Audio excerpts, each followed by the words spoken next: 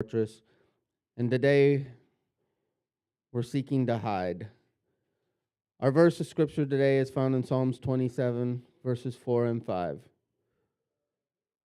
One thing have I desired of the Lord, that will I seek after, that I may dwell in the house of the Lord all the days of my life, to behold the beauty of the Lord and to inquire in his temple. For in the time of trouble he shall hide me in his pavilion. In the secret of his tabernacle shall he hide me. He shall set me upon a rock.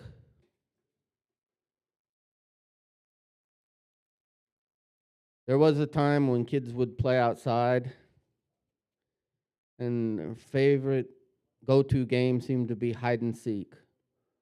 Those that were older tend to find places that the younger ones wouldn't be able to find them. You would always seek out that place that would guarantee a win or them giving up and calling you out so that they could end the game and someone else could look for those. But as often, the more often you played, less and less would the hiding places be as good unless you expanded the parameters of the game. David oftentimes had to find hiding places. He was appointed to be king by Samuel early in his young life, but rather than ascending to the throne, sitting, his life in peace, the old king was jealous to the point to where he tried to even kill him. David had many places that he could choose from. He could go to Samuel, but he found that Samuel was known by Saul, and Saul could follow. He sought out the wilderness of Ziph, only to find that those that lived in that land, the Ziphites, they gave up his location, and once again he had to leave. He sought out the territory of Keilah, and again he found betrayal at those inhabitants, for the Keilites also betrayed him. Finally, he found a location that most people would never have gone. He went to his enemies, the Amalekites, and there they promised to give him refuge. And for a while, he had his peace and safety in Ziklag. But even then, he found that was not true safety. For a time when David went out and was fighting, the Amalekites even destroyed his safety. Somewhere in all his running, David learned the ultimate sanctuary was not in a physical location, but was in the Lord. The Lord is my light and my salvation. The psalmist that we read from, the first 3 verses, the Lord is my light and my salvation. Whom shall I fear? The Lord is the strength of my life. Of whom shall I be afraid? When the wicked, even mine enemies and my foes, come upon me to eat up on my flesh, they stumble and fell. Though a host should encamp against me, my heart shall not fear. Though war should rise against me, in this will I be confident. David was able to pen these words with confidence, for he found he could not seek safety in physical locations, but the Lord was his safety, his sanctuary, and he learned how to trust in that God. In the New Testament, John 8 and 12 says, Then Jesus spake again unto them, saying, I am the light of the world. He that followeth me shall not walk in darkness, but shall have the light of life. The God that walked amongst man was even letting them know that they still could trust in him, that they would find light in darkness and light for their life. We know where to, we should know as Christians where we can go to find the strength of our life. We can always rely on our own physical strength to some degree. We know David was probably strong, for he wielded the sword of Goliath. Even the spear of Goliath was as a weaver's beam, so therefore he had to have strength. However, his physical strength was no match for the army of Saul and the hatred that Saul had against him. He had to flee for his life, but at each step, the Lord protected him, watched over him, strengthened him, and he came to realize that it was in the Lord's strength and not his own he could find his strength. Paul, the great apostle, had many valleys that he went through, as well as mountaintops. It is said that Paul often had one thing that would continue to plague him for life, so much so that he would cry to the Lord to remove it. And yet he received a vision where he said unto me, my grace is sufficient for thee, for my strength is made perfect in weakness. Most gladly thereafter will I rather glory in my infirmities, that the power of Christ may rest upon me. Paul himself found that in his vast knowledge of the scriptures, that his pedigree as a Benjamite, that his knowledge of a Pharisee, oftentimes it aided in his knowledge, but was not strength against his enemies. He came to rely on the Lord. In Psalms 27:1, it is written, the Lord is the strength of my life. In whom shall I be afraid? We must, at some point, come to the realization that we are not our own, that we have to rely on others, and then know the source of our strength. David stated with that, whom shall I fear? Of whom shall I be afraid? He declared that he would not be afraid, knowing the strength of his life, that it was God. Despite the fact that he ran with uncertainty, that he lived in caves, in forests, that he was not the king that he thought he was going to become. He didn't live in a palace, but as he ran, he learned that God was with him. And he learned to focus on the one thing, the one desire, that the safest place was as close as possible to the Lord. He writes that he would dwell in the house of the Lord. Do we also have this confidence? Do we find ourselves running to God in our times of trouble or from him? 3 times a year, the Jewish religious people were expected to come to the tabernacle for each high feast to give glory to God. 3 times they were commanded. But is that strictly enough? We too find ourselves even today doing these same things. We find it easy to come on Christmas service with the gallantry, the pageantry, the singing, the closeness to family. And then we do not darken the door again. We come at Easter to hear the story of Christ rising from the dead, to make ourselves feel good, once again to enjoy the family, and once again, unfortunately, people often don't darken the doors.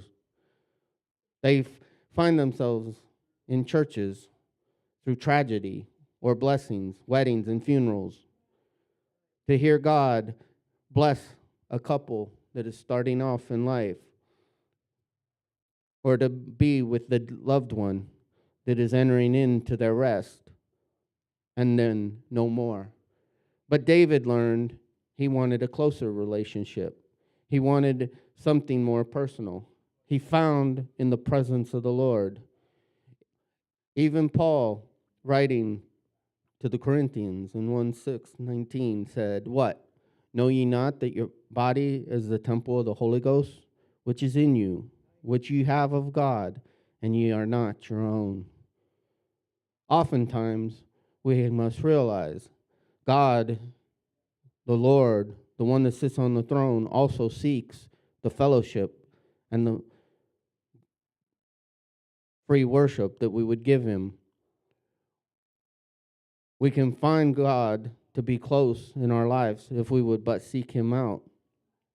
We must remember there is the beauty of the Lord, but what do we do with it? If one goes to Italy and views the Sistine Chapel, it is a magnificent edifice. It demonstrates the best that the known church world had to offer. It has the wonderment of Michael D'Angelo's paintings, and there's security guards that guard it so that nobody would destroy it. And yet, they've become so accustomed to the beauty and the majesty, they simply enforce the rules. They don't let people go up and touch its great walls or to draw closer to the paintings. They know its value in beauty only. They keep out those that truly seek to know the God behind those paintings, behind that edifice. We must, like David, seek the Lord. In the same Psalm 27, verse 8, David penned, "When thou saidst, seek my face, my heart said unto thee, thy face, Lord, will I seek." We must remember to seek God and to obey his counsel, knowing that he knows our uprisings, our downgoings. He has our interest at heart. Anytime you go through the scriptures and read, anytime there's confusion or dismay, it is often man that has interjected or done things in error. The Lord, even in creating the world, created everything that man needed. We don't know the length of the 7 days, but he started with creating earth, heavens, skies, seasons, then plant life, then animal life, and finally man. Man was the final creation that he stated was very good. All else was created good by God to assist man in the relationship that he hoped to enjoy with his Creator. God even now knows what we need. Nothing takes God by surprise. We ourselves may not know the hearts of man, but God knows everything. And in our studies, we have learned we can anchor to his word. We can find safety in his presence, and that we should seek out the Lord. In our reading today, verse 5, "For in the time of trouble he shall hide me in his pavilion, in the secret of his tabernacle. And he shall hide me, he shall set me upon a rock." The Lord desires to keep us on a firm foundation, to keep us safe from harm. It does not say that we will be void of those troubles of life. Even in Matthew, Jesus speaking in what is often called the Beatitudes, the Sermon on the Mount, he concludes the entire sum of his sermon in Matthew 7:24 through 27. It reads, "Therefore, whosoever heareth these sayings of mine and doeth them, I will liken him unto a wise man, which built his house upon a rock. And the rains descended, the floods came, and the winds blew and beat upon that house, and it fell not, for it was founded upon a rock. And every one that heareth these sayings of mine, and doeth them not, shall be likened unto a foolish man, which built his house upon the sand. And the rains descended, the floods came, the winds blew and beat upon that house, and it fell. And great was the fall of it." The Lord was not sparing the wise or the foolish, from the rains, the floods, from the cares of life. Life happens to each one of us. But where our house or our tabernacle, our body, or our trust is, it will determine whether we can withstand everything that is brought out. Even David, penning in Psalms 40 and 2, he writes, "He brought me up also out of a horrible pit, out of the miry clay, and set my feet upon a rock, and established my goings." David, despite his running, despite his lack of safety in the natural, came to trust that God would keep him and hold him. He believed God would eventually put him on the throne. He didn't look simply to the circumstance, and he got himself closer to God so that bitterness would not overtake him. His opportunity came one time where he could have taken Saul's life. He got so close that he decided rather than kill him, he would simply cut a piece of garment from him. It was there that David had the opportunity to exact revenge. Was God delivering the life of Saul into his hands? Was he going to go through with exacting revenge on the one that chased him? And yet David allowed him to live. It was from that point on, Saul never chased him again. And eventually David found himself on the throne. In 27 and 14, David writes, "Wait on the Lord. Be of good courage, and he shall strengthen thy heart. Wait, I say, on the Lord." It takes time, experience, knowledge in order to find the trust in God. Like young kids who play hide and seek, your first hiding place usually is not that great. Little kids feel, if I can't see you, you can't see me. You ask them to go hide, and they stand by a wall, simply covering their eyes.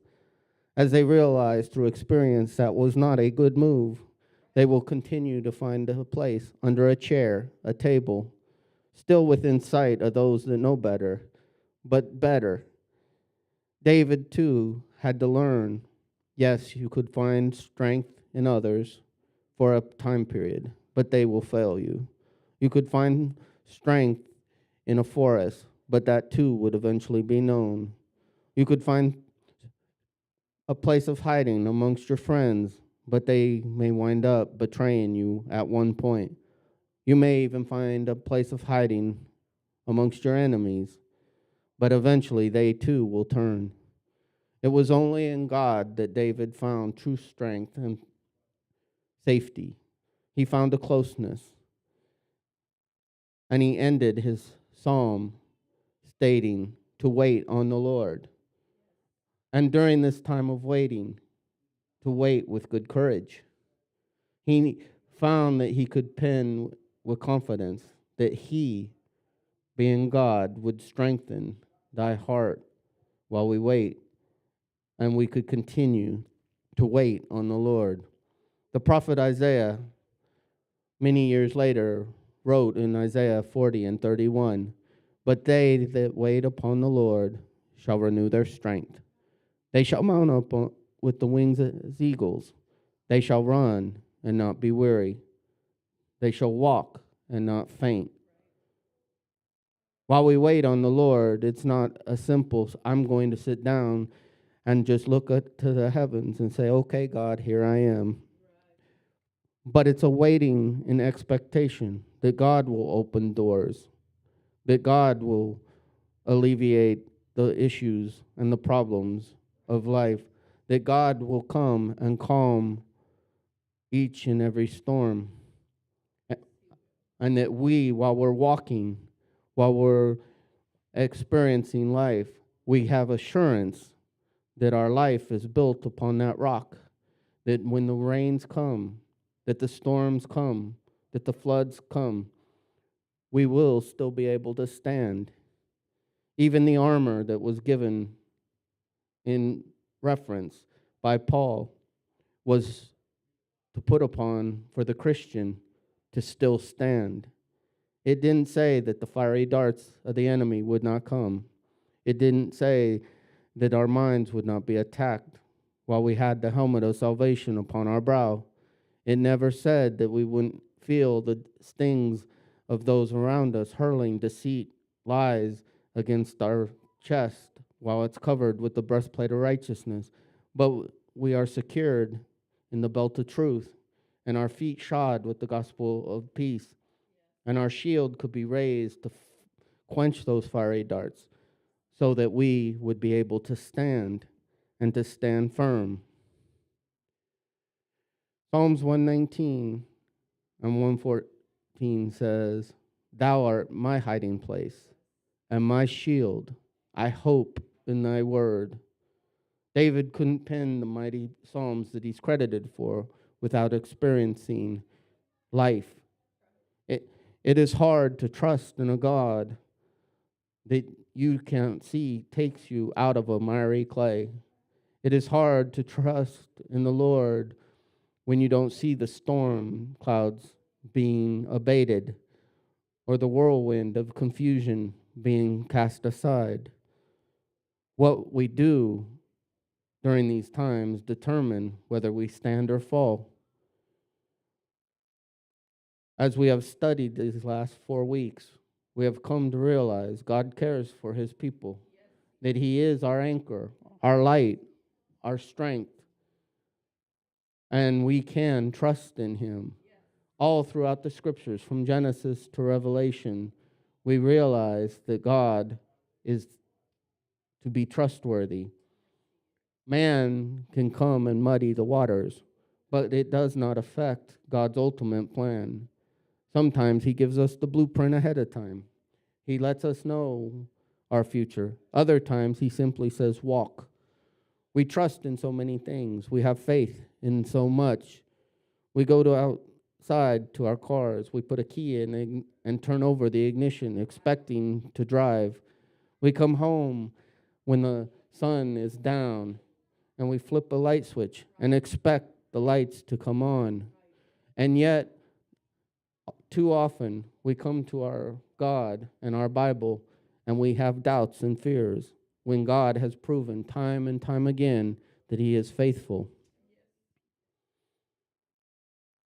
Hiding in God's sanctuary does not always prevent us from sorrow, but it does aid us in our future. The one that trusted the Lord in modern times can be found in the hiding place of Germany, experienced by the family of the Ten Booms. Corey grew up with her father, a clockmaker, who read scriptures every morning. Casper, before he started work, understood his success and his rock and his wisdom and his dealings were going to be found in the Lord. And he made it mandatory for his family and those that work with him to listen to the scriptures. She found God in such an ugly time. There was a false room made that became a Jewish sanctuary. And not only did they hide the word in their heart, but they also physically hid the Jews that were running for safety. It is credited that the family saved over 800 Jews. Unfortunately, the country that she loved, being Dutch, the place that she called home, it was the betrayal of a fellow Dutchman that caused her family to be picked up one day. She was with the Lord, trusting in his hand, not knowing what tomorrow would bring. Unfortunately, her father and her sister never saw the end of the war. They died in the concentration camps.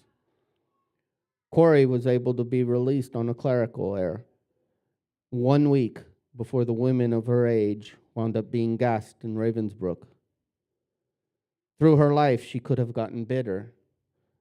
She could have blamed those that betrayed her family.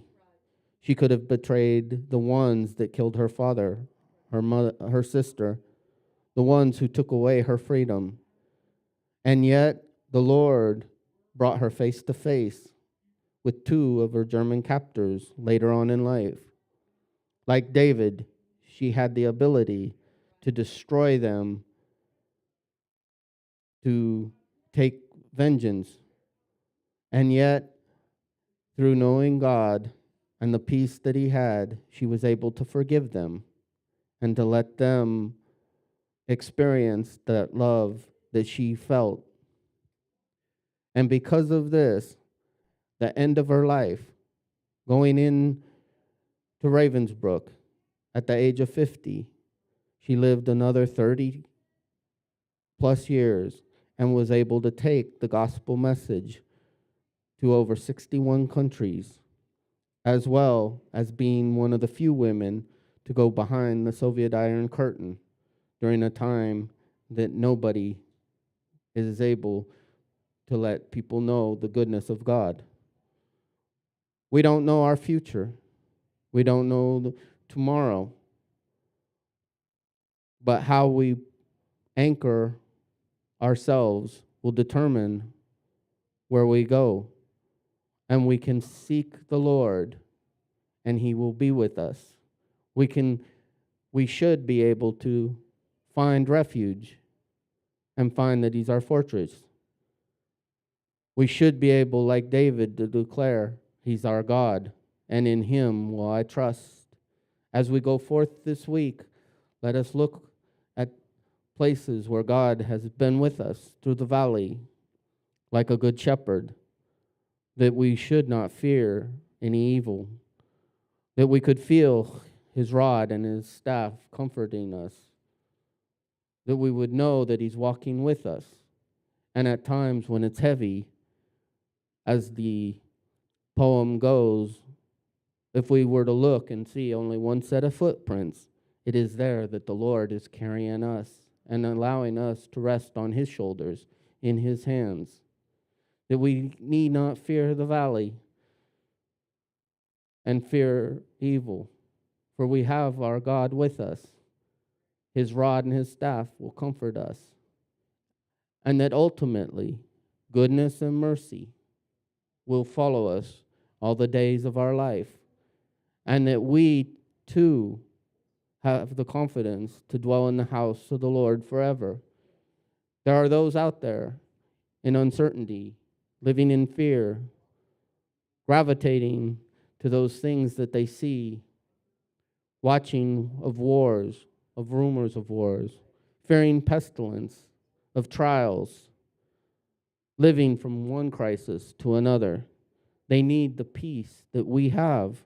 They need to come and understand the God that we serve, that he is a good shepherd, and that he will assist us, and that they too can be pulled from the miry clay, that they too could be put on a solid rock, and that they too could find peace. Who knows? One day they too may take the gospel to a place where it's unheard of.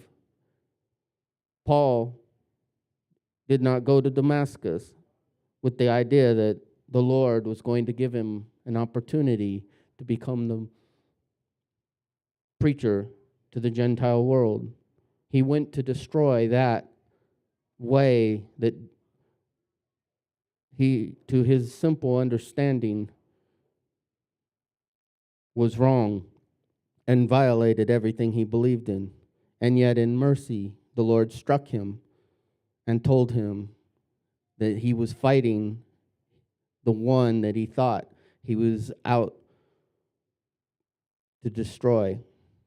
He learned that God was merciful, and he was able to keep him faithfully so that he could declare to the Corinthians that, O death, where is thy sting, O grave, where is your victory? It's only through finding the Lord to be our hiding place. Let us remember to come back at 10:15, where we once again will be live to hear what God has for us this glorious day. And we can take what we learn and go and let others know, like David, that he that dwelleth in the secret place of the Most High shall abide under the shadow of the Almighty.